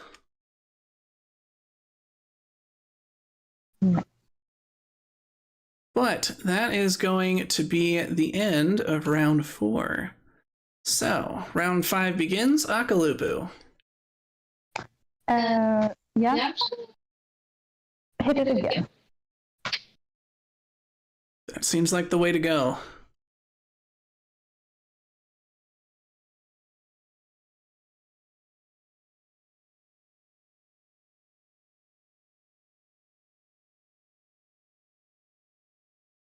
Actually, I don't think kills makes much sense. Let's go to actually, like, causing bleed damage. So keep track of how many times you hit an enemy in such a way that it causes bleed. So it's going to be when you have it in slashing mode, not bludgeoning mode. Okay. So you'd have 2 so far.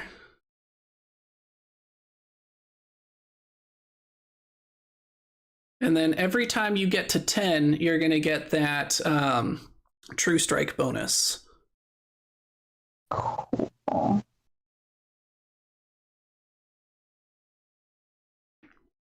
Okay, I got a 31, 20, and a 12. All right, that is a crit and a hit. All right.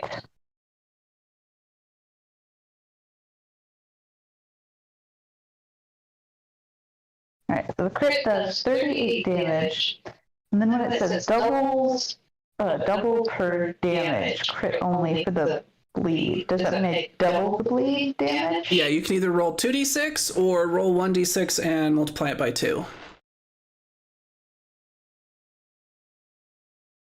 I'll just probably regret this, but I'll just roll 1 and multiply it by 2. Do you want to change your mind?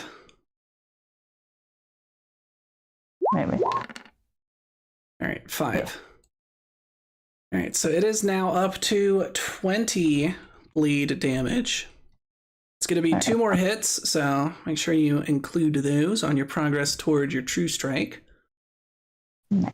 And then 21 damage for my regular attack plus Dang. bleed. Needed to roll some of those earlier. Right? All right, so it's now just bleeding, like you have excoriated its surface, and it is bleeding from more than just every orifice. It's bleeding from every orifice and the new ones you've given it.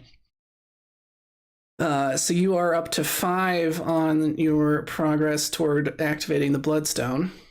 And damage, that is a total of 59.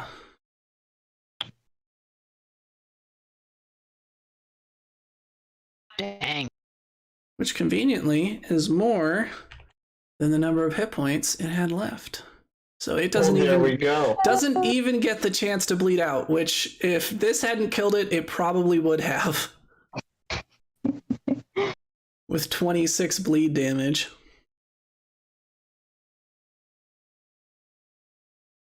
All right.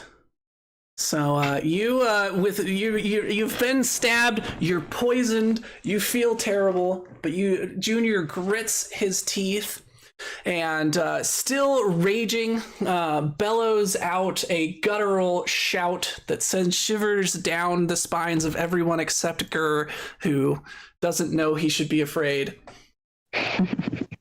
And you do this massive double downstrike with the Mahuatl, and you split this thing in two.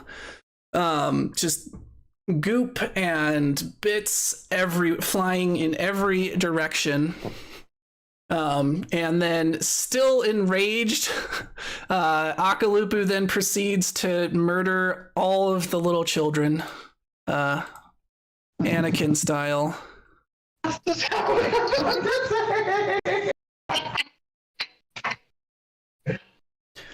And then goes running off into what remains of the fray between the dinosaurs and the Cocoa Biters, just continuing to yell at the top of his lungs.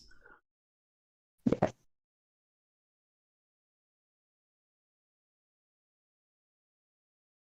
And Especially considering with rage, I bet that I literally have no option other than to do that. Right? Until there are no enemies left. Yep. Meanwhile, Gur is following in the wake of destruction, happily skipping along and splashing about in the blood and gore that is being strewn in all directions. At one point, he stops and tries to make a gore angel on the ground.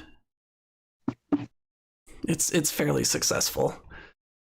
Gore. All right. And so, slightly worried by the look of Junior. His bloodstone is just glowing so brightly that you cannot miss him across the battlefield. It's almost blinding at times.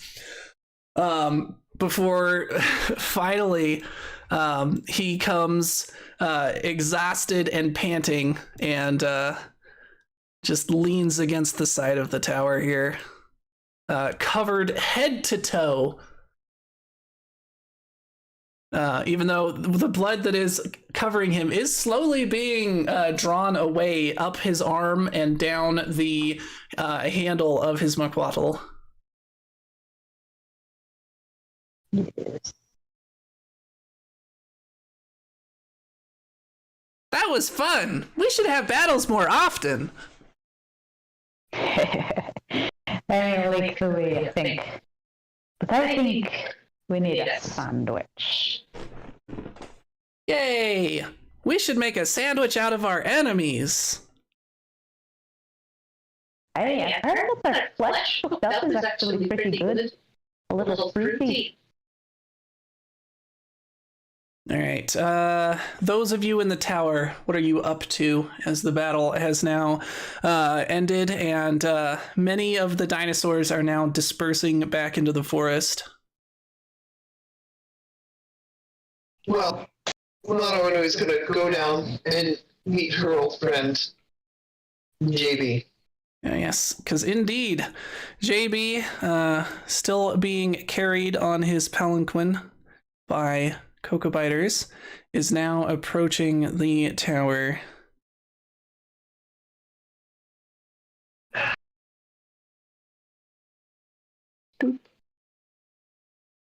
Are those Cocoa Biters or Foot Biters? Foot Biters. I keep saying the wrong thing. I'm sorry. You're good. I was just like, so Freudian like slip. He's Cocoa going Biters. to spin something on us later.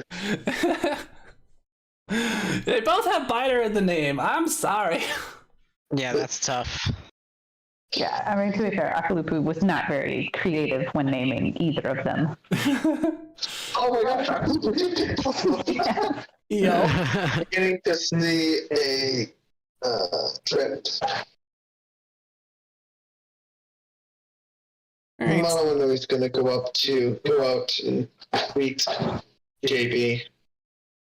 All right, so as you're approaching him, you see that he seems like you're pretty sure he's human. As far as you're aware, he is a human.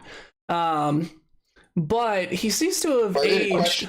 He seems to have aged much less than you would have expected.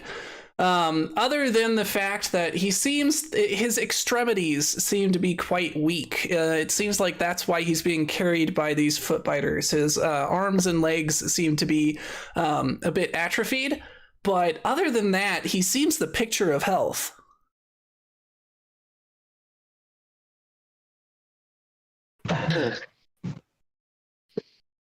Well, if it isn't Manawa Nui.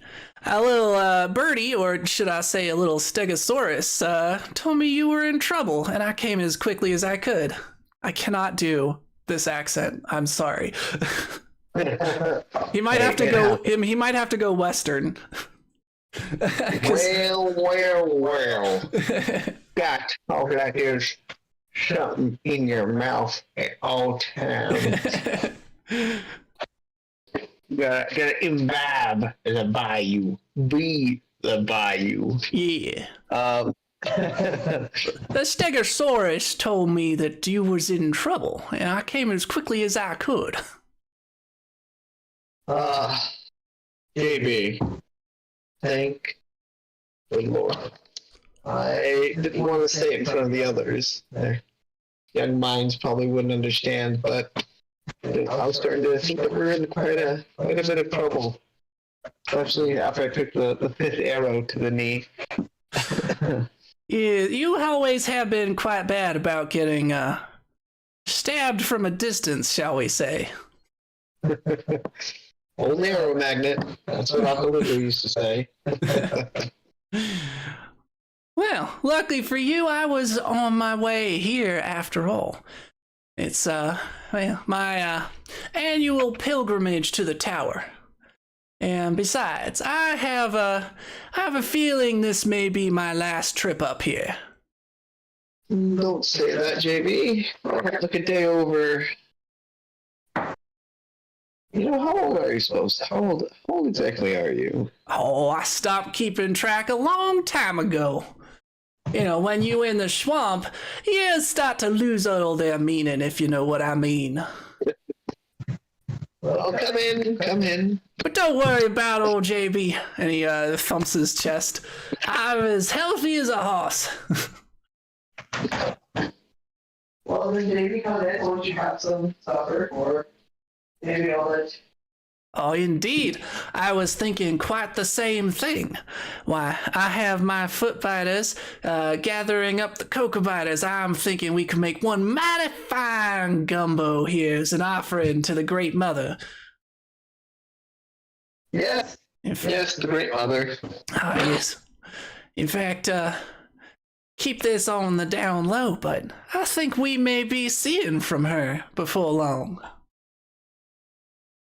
Is that so? What would lead you to say something like that? Oh, a bit of a feeling, shall we say. And he kind of puts his hand on like his chest right above his heart when he says that.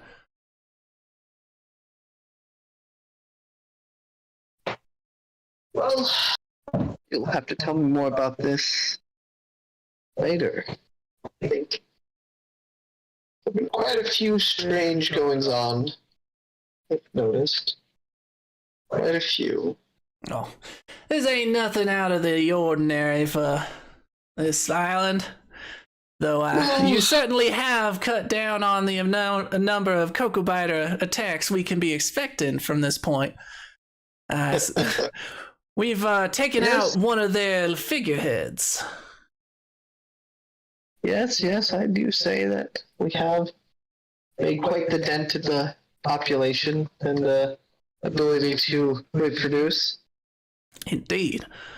I suspect that we won't be seeing much of them for quite a while. I should hope. All right. Especially seeing as I like my house where it is. Yeah, so you will probably need some time to clean up your lawn at this point. Oh, wait, why don't you leave that to Akalupu? You come in, relax, rest by our fire, maybe make up some gumbo. I'm afraid I can't come in. I don't think the kind of gumbo we'll be making would even fit in your tower. There's quite a few bodies around here, if you haven't noticed. You said you was collecting up some bodies. You meant you're collecting up the bodies. Yes. No reason to leave them out to rot. Well, shall we dig a pit? I think that may be wise. As I'm afraid the old gumbo pot won't be quite up to the task in this case. Oh, I think not. Junior! Junior! Junior is in the house eating a sandwich. She's standing at the door. Gur has made a sandwich out of two like thin boards and a piece of salami.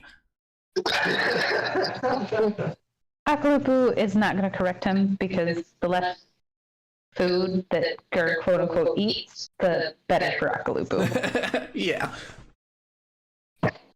Junior, get out here if you want some gumbo. Akalupu is going to stumble over, trying to hold his stomach down while still poisoned. Oh yeah. Let's get some more fortitude saves. I'm sure Manawanui can try and do a healing on you. How many fortitude saves do I need to do? Just start doing them.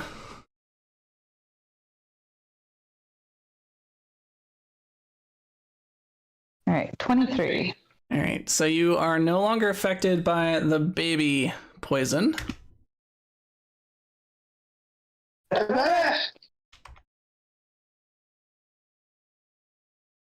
17. Keep going. 15. 15. Just roll your dice. This is cursed. There we go. You take like another, how many failures was that? Just 2? Yeah, 2.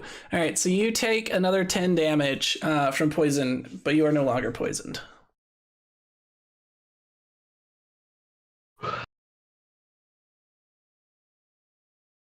Is it cool if we wrap up soon? Yeah, I was gonna wrap up here in just a minute.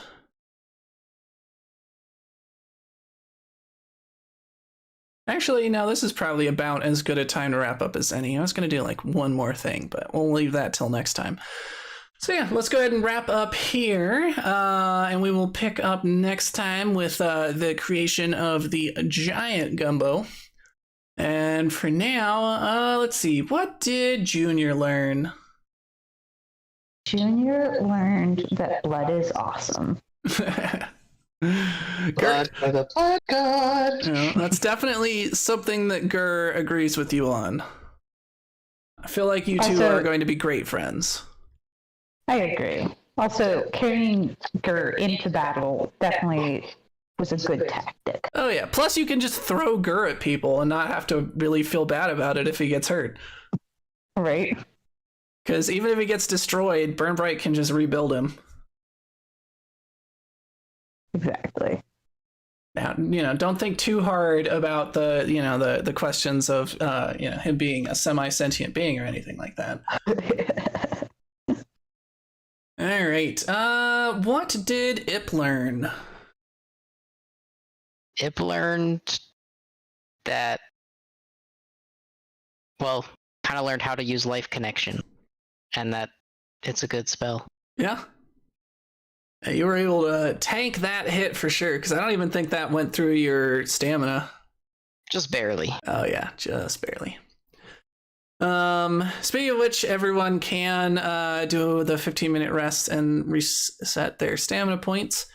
What did Manawa Nui learn? Well, Manawa Nui learned that pterodactyls are cool now. They are. Not terrible beasts that fly in the air. stop you from jumping over ravines. Exactly. Now they're way more chill nowadays. They also have a really good aim. That was a good shot with that rock. That was a great shot. All What right. is the 15-minute rest? How do I do that? I don't know if there's a. No, that's gonna be a full rest. Can you tell it that it's just a short rest?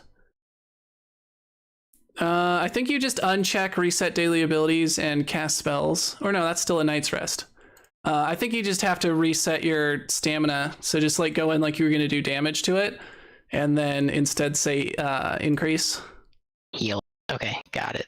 So just restore that. Easy. Sweet. Easy peasy. Alrighty. Well, thank you everyone for joining me. I hope you all had a great time, and I will see you all in the next one.